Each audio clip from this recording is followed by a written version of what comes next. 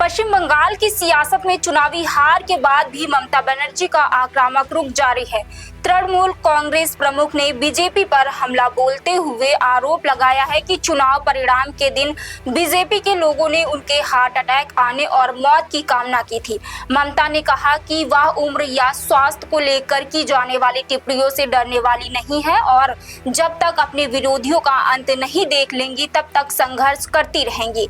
उन्होंने कहा कि वह आम लोगों, मजदूरों और अपने कार्यकर्ताओं के लिए लगातार लड़ाई लड़ती रहेंगी।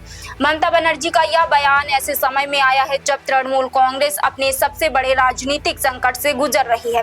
2026 के पश्चिम बंगाल विधानसभा चुनाव में 15 साल से सत्ता में रही टीएमसी की करारी हार का सामना करना पड़ा। चुनाव में पार्टी महज 80 सीटों में ही सिमट गई, जबकि बीजेपी ने 208 सीटें जीतकर पहली बार राज्य में सरकार बनाई।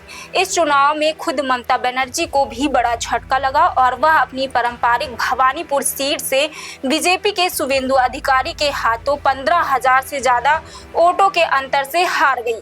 चुनावी हार के बाद तृणमूल कांग्रेस के अंदर भी घमासान शुरू हो गई। जून 2026 में पार्टी में बड़ी बगावत सामने आई, जहां 80 में से 64 विधायकों ने अलग गुट बनाकर ऋतुव्रत बनर्जी अपना नेता चुन लिया। बागी विधायकों की संख्या 2/3 से ज्यादा होने के कारण विधानसभा अध्यक्ष ने इस गुट को मान्यता दे दी। इसके बाद पार्टी की अंदरूनी लड़ाई और ज्यादा तेज हो गई और ममता बनर्जी के नेतृत्व पर सवाल उठने लगे। टीएमसी में संकट सिर्फ विधानसभा तक सीमित नहीं रहा, बल्कि लोकसभा में भी पार्टी में टूट की स्थिति पैदा हो गई। काकोली घोष दस्तीदार के नेतृत्व में से 28 में से 20 सांसदों ने अलग गुट अपनाकर केंद्र में बीजेपी के नेतृत्व वाले एनडीए गठबंधन को समर्थन देने का फैसला किया।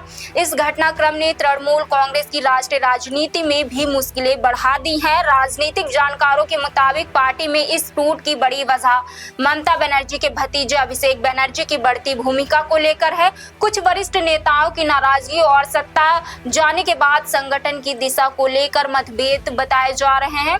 हालांकि बागी गुट ने ममता बनर्जी को सलाहकार की भूमिका बनाए रखने की बात कही।